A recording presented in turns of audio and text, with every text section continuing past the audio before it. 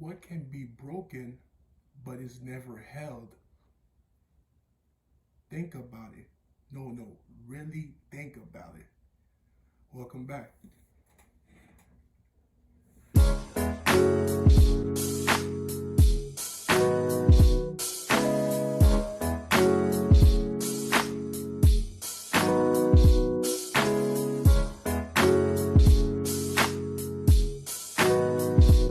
Production. What's going on, guys? It's your man C to the J to the C, straight from that 305 Miami-Dade County. And if it's your first time joining my channel, you know what to do. Hit that bell, hit that subscribe button so you can get the best story times on YouTube. Boy, what we doing though? Chill. I don't know. Welcome back to my channel, guys. It's your host with the most, get your dumb ass smoke, C to the J to the C, straight from Miami-Dade County. But y'all know I moved to Orlando for college and decided to stick around after college. If it's your first time joining my channel, hit the bell. Like the video right now. You liking the video changes everything. It helps the video a lot. Like it right now. Don't stop by the video and don't like it. Like it, hit the bell, and welcome to the family. Bringing you the best story time on YouTube. And today we got another goodie story time, and you gonna love it. So let's not waste any more time. Let's go straight to it. So today's story time is about open house, fifth grade year. Fifth grade year, so we go all the way back to elementary school. This is like 2006, 5. So 2005, 6, fifth grade year. So it was like I was always a good kid in school. Like to tell you the truth, I was like to myself, the quiet kid, the person that everybody would say, hey, when he talk to and say like why he never talks to people, why he's so shy, all of that. That was me. Because for me, it was always just like, what is there to talk about? I don't know you, you don't know me. Like, why are we trying to force the situation? So that was my mindset. It was just like, it wasn't that I was like I was an introvert already, but it's just like I feel like talking if I don't know you like that. Those that do know me know that I'm like a funny, charismatic type of guy and things like that. So I'm saying like if you don't know me, you're gonna be like, oh, he's quiet, he's introvert. But I say it's just because you don't know me, and we could keep it like that. That's what my mindset was while I was in class in school and being the introvert that I was. So I was always that quiet kid, but who also had friends who people talked to and things like that, who people got answers from, stole paper from, and cheated off of. Yeah, that type of kid. Even though later on, after elementary school, high school years, like I was doing that, I was cheating off of people papers instead of the opposite. But we ain't gonna get into that. But today's story time, fifth grade year. So back in fifth grade year, like I said, I was the quiet kid to myself. I had a teacher named Mr. Felix. Shout out to Mr. Felix. Hard. Like he was a smart guy who really got me into jazz. You can't go a day without hearing jazz in Mr. Felix' class, and that's what his class was like. It was all jazz all the time. His favorite song to put on was Joe, I Wanna Know. I want,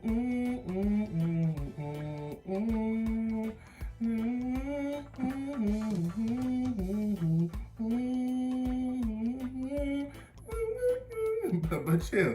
But we're not gonna get all the way into that. But I'm just saying his favorite song. Tell me what I gotta do to please you, bro. Let me not get started. You feel me though? We ain't here for that. We hear about fifth grade open house. You heard me, Jersey.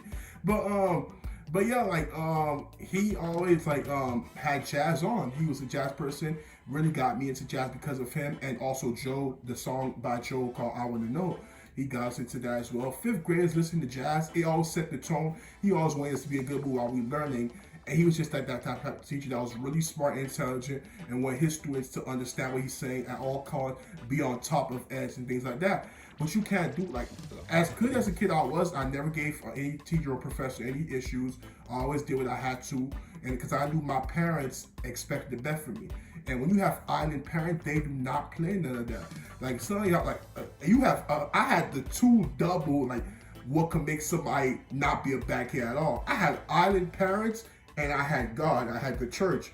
So you had the church raising me, and you had island parents raising me. Some kids got island parents raising them, and they still bad at bone. Some people got the church raising them, and they still bad as bone.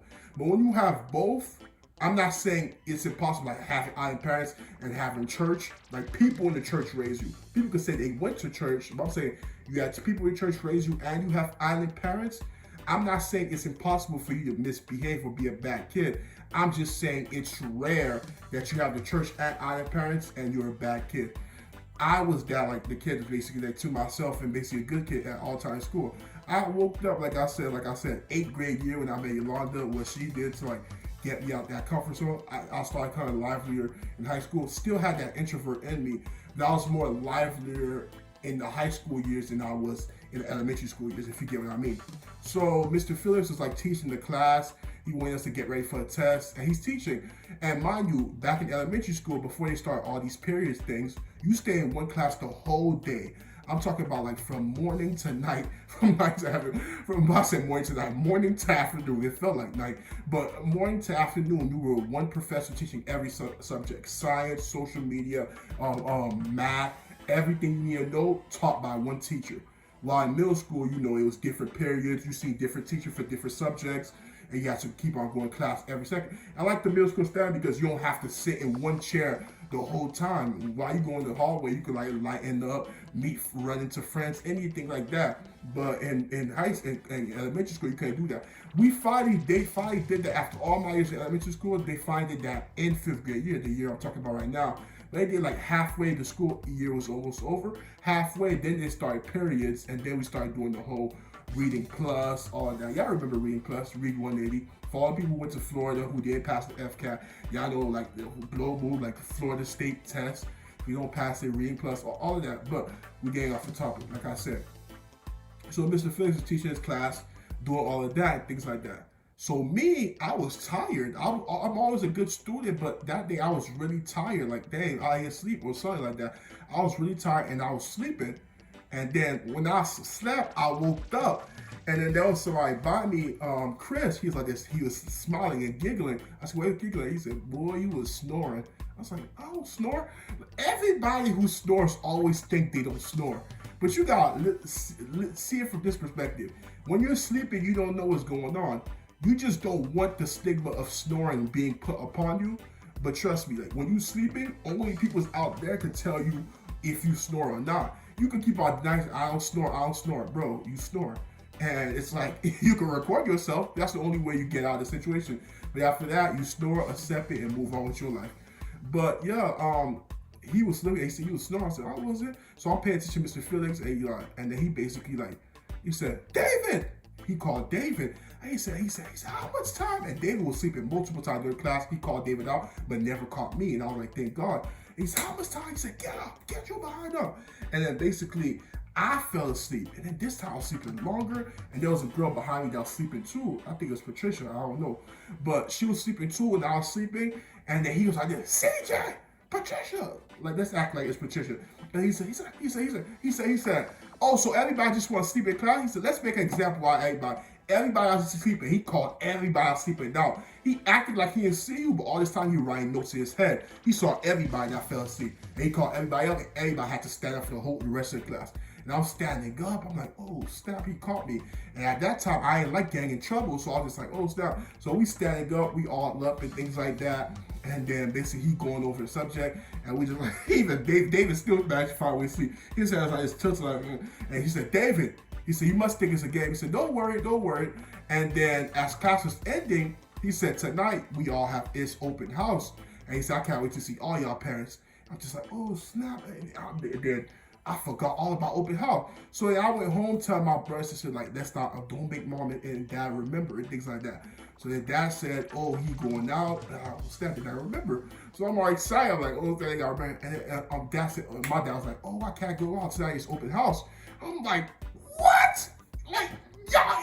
I was like, "Dad, it's not that serious. It's just teachers and stuff like that." And my dad was like, "No," like he said, "I want to see what they think about like our kids, if y'all doing the right thing." He said, "Good to be out here." And my mom was like, "Yeah," like he said, she gonna go too, and we all gonna come with them and things like that. And I was just like, "Man, it's just open house. Like, we just see the teachers, we see them every day." He said, "But we don't get to see them every day." I said, "I got PTA meetings and stuff. Like, come on, we don't have to go." And my mom said, "I find it weird that you don't want us to go to open house." I told my mom, "It's nothing. I'm just saying, like, why we gotta go open house?" I was really annoyed. Like, are y'all really gonna go now? The day I got in trouble, and it's just like, oh my goodness. So then we was headed out. And remember, we used to walk back in the day. So my whole family walked together, walked through the neighborhood, the danger neighborhood, got to my elementary school and got to Tucson.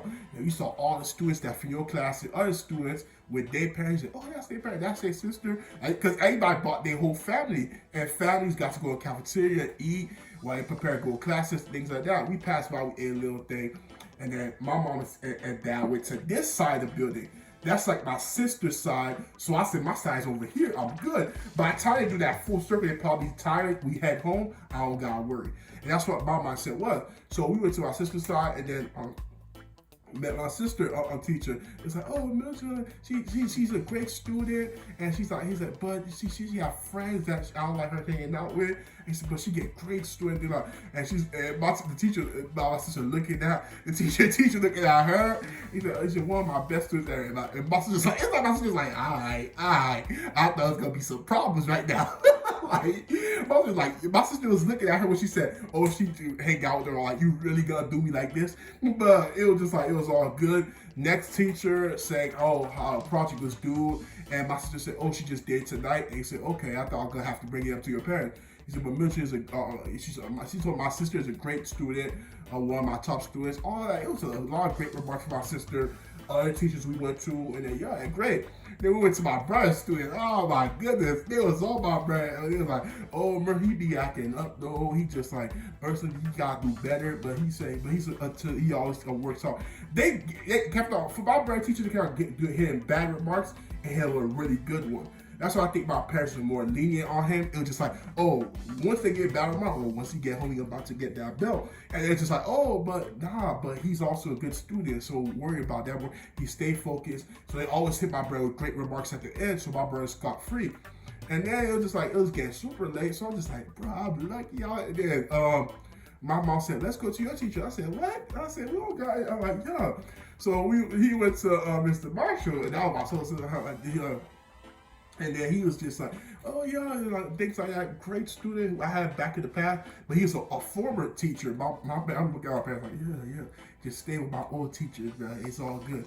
So he got close to Mr. Phillips' class, and I'm just like, all right, well, I said, we seen enough. He's like, oh, I said, oh no, what happened to your current teacher? I said, I don't think we're gonna see him today, like that. And then Mr. Felix, down the hall, things like that. And he said, oh, C.J. parents. He said, good to see y'all. He said, I was being to talk to y'all. Oh my goodness. Bro. Like, man, I was being to talk to y'all. And then he's looking at me. Like, Mr. Felix looking at me like, yeah, nigga, I got you. And I'm like, right. And then it was like, today your son was sleeping in class. It was misbehaving. He said he wasn't paying attention. I feel really and then my dad looked at, and my dad looked at, you know, when your parents give you that look like you're behind grass. Well, they were looking at me like you're behind double grass time infinity. I'm like, bro, and then he's just like, I need him to do better.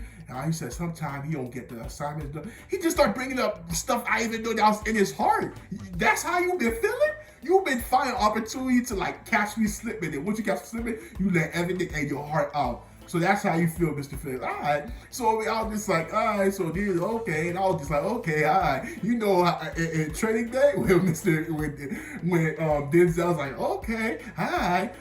Like, that's how I was. But I was just a little kid. It's like, bro, I'm a fool. And I kept on saying, bro, I'm a fool. And my dad said, bro, you gonna ooh what? He said, so I sent you to school, and this is what you doing in class? I said, no, Dad, I just fell asleep for one time. And he said, I know he can do better. I'm like, Mr. I'm looking at him like, so you doing this? You doing this? You bitch.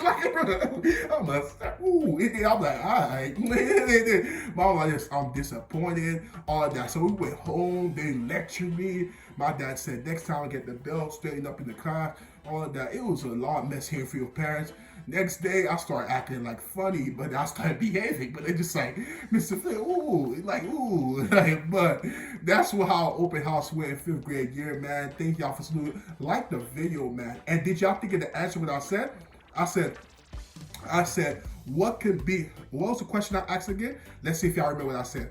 I said, I said, let's see if I said, what can be broken but never held? If you made it this far, the answer is promise. A promise can be broken but never held. But thank y'all for calling my video. I appreciate every single one of y'all. It's your man C.J.C. and I'm out. Be breezy. You heard? You heard me. You heard me? Yeah. Most these niggas ain't tryna see you win. And I can't trust nobody, not interested in being friends. It's free all of my niggas till my niggas free again. Winning blind through these cards.